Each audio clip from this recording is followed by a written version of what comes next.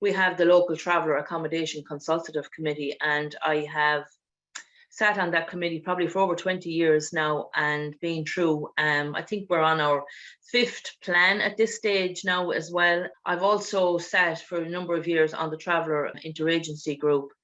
And I suppose the shocking thing about all of that is that all of that manpower that has gone into those different committees at different levels, and we still haven't seen any real progress with regards to traveller accommodation here in Cork City and in the southwestern region. And as Eileen mentioned earlier, it's across the country, you know.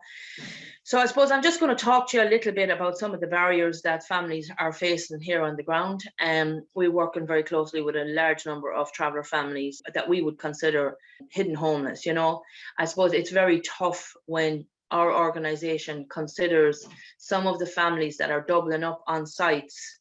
We actually now consider them to be the lucky ones because they have a hard stand, you know, despite all the other issues that's going on for them, that they haven't got their own toilet, their own shower, their own washing facilities, their own laundry facilities, you know. Despite all of that, we're now actually considering those families to be some of the lucky ones, because there we have a very large number of people across the board that don't have that luxury of a hard stand.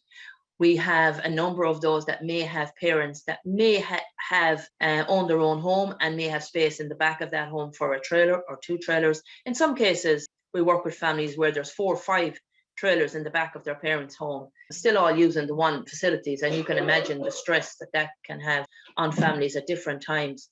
The real problem for us is looking at the families that are in camper vans or in the backs of vans, because if they pull a trailer outside their mother and father's home, people will know that it's a trailer and people might be living in it. But if they make a bed in the back of the van outside the home, not many people would know that, you know. So we're trying to keep it quiet and keep it low key, down top of all the other pressures of not having a home. That's the kind of reality. That's what we're working with families. And some of these families not even on any list anywhere, you know. Some families may not have children, so they're not even being considered by the local authority for housing. They can't meet the rent, they can't get enough rent allowance, even if they could acquire rented accommodation, which they can't in reality. But so I suppose it's some of that. That's the type of cases that we're dealing with on a daily basis, you know. I suppose the chronic overcrowding on sites is a major reality for us. And as previous speakers have mentioned, this didn't happen today or yesterday. This has been going on for quite some time. It is a clear result of the lack of traveller-specific accommodation being provided across the country, you know. And just as I'm speaking from Cork today, I suppose there's no harm in mentioning that the last time that there was any addition to traveller accommodation in Cork City was 32 years ago. So we've had 2 replacement sites where families were literally taken out of one site, put into a new site, and the site was then demolished. You know, the previous site was demolished. So we've had 2 replacement sites, but no additional traveller accommodation, despite the local authority tap the traveller accommodation plans, despite the lack of the yearly count being done for travellers, which was one of the recommendations from the 1995 task force report, you know. So again, dealing with all of those challenges and all of those issues in our organisation, and not just our organisation, the TBG, but also our sister organisations across the region. So I suppose, again, looking at the barriers and evictions around what's happening to travellers, I suppose, been talking to families over the last couple of days when I knew you'd be preparing for the webinar, and you'd be talking to families again and just checking in with them, you know. I'm talking to a family that at the minute can't put her children to school. She's actually one of the lucky ones that we call lucky as well. She's in a 2-bed rented apartment that the landlord, she's never met the landlord, he doesn't know she's a traveller, so she will not have any visitors over in case the neighbours realise that she's a traveller. But she can't put her children to school because she has no place to put her baby that's quite ill and can't be around other children because of everything that's going on right now around COVID, you know. She's completely isolated away from her own family, and she's isolated from any interaction with the outside world now because her children doesn't even go to school. And I suppose it's just hearing the acceptance in the voices of the families over the last couple of weeks. And that's what was really frightening for me, to hear that they've now accepted that they will probably never get a home, you know, that they will never know what it's like to get a key and to turn that key in the door and have their own space, because they're so far what they're considered is so far down the list. You know, what's really frightening for us is that we are battling this for quite some time, and we don't have any answers to tell these families anymore. We advocate for the families on a daily basis, but we don't have any answers anymore for families. Families on hidden homeless see only talk or mention from the local authority with regards to some of the very badly, poorly serviced, rat-infested sites that are here in the city. That's where, if there's any focus, it will be on those, improving those sites. Where does the travellers in hidden homeless go after that, you know? I suppose I have a case study that I'd like to just maybe talk to you about, and it just outlines some of the barriers that is keeping traveller families in homelessness.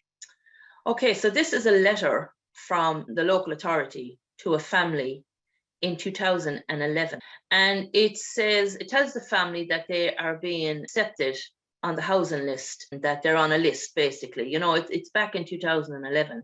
Now, I suppose why I'm using this case study today is because I was part of a group of staff that left our building in and around this time in 2011, when we were called out to an eviction that was taking place where this family was involved in. This family and 3 other young families like them were set upon one morning by the Armed Response Unit, and a security firm that employed or contracted or subcontracted by Cork City Council to move these families. These were 4 families that were living in a derelict piece of ground. So we were called out to support the family. And after we were there for quite some time, when we asked to look at the warrant, we were told that we couldn't. And they snatched it up, they stuck it onto the side of the trailer, then they pulled it off, and then they left. You know, this was after about 3 hours where they had somebody's caravan hooked up to the back of their Jeep, ready to move it, you know.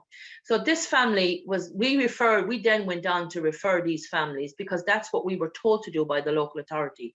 Refer the families to come in and fill out an application for housing. So we did, and the families were then referred to the homeless centre. I suppose the point being is that the family went to Joining Street. They told the homeless centre that they were homeless. They had a caravan that was on the side of the road. The Joining Street then contacted the local Gardaí to confirm this, and the local Gardaí came up to confirm it, impounded the trailer and took it away. So this family then ended up in the back of their parents' home with little or no interaction with the local authority after they had received this letter saying that they were on a list. So last year, or maybe the year before, they went back to the local authority to see where they were on the list and see what was happening, and they were told they have no records of them and that they have no application filled out with them. And so I suppose this letter for us is proof that the family did in fact fill in a housing application and were in fact told that they were on the list. So the next letter came just before Christmas, and it's dated 2021. But I suppose what it's telling them again is that they are eligible for a 3-bed house. They now have only 3 months on the housing list because they can't find their details from 10 years ago when they filled out their application form.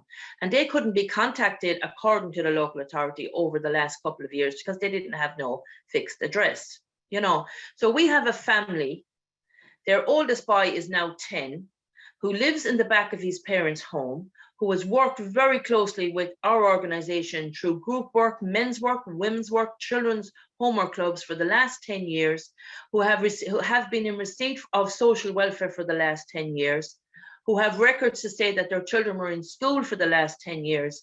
And we have a local authority telling us that this family have only 3 months on the housing list because they can't find their records from 10 years ago, even though we have proof to say that they did in fact fill out a housing application form and they were accepted as a family and being put forward for housing. So I suppose the thing for us is this is a major barrier, and this is happening to families right across the board, because now at this stage, with them only having 3 months on the housing list, they won't even be considered for probably about 10 years. So that will mean they will have reared their family, and their families will probably be gone on and married by the time that they'll qualify for a home from the local authority. And I suppose, again, this is just one of the examples that I'm using today with regards to the barriers and the difficulties and the causes of why so many travellers are in hidden homeless, because travellers are up against this type of stuff with the local authority.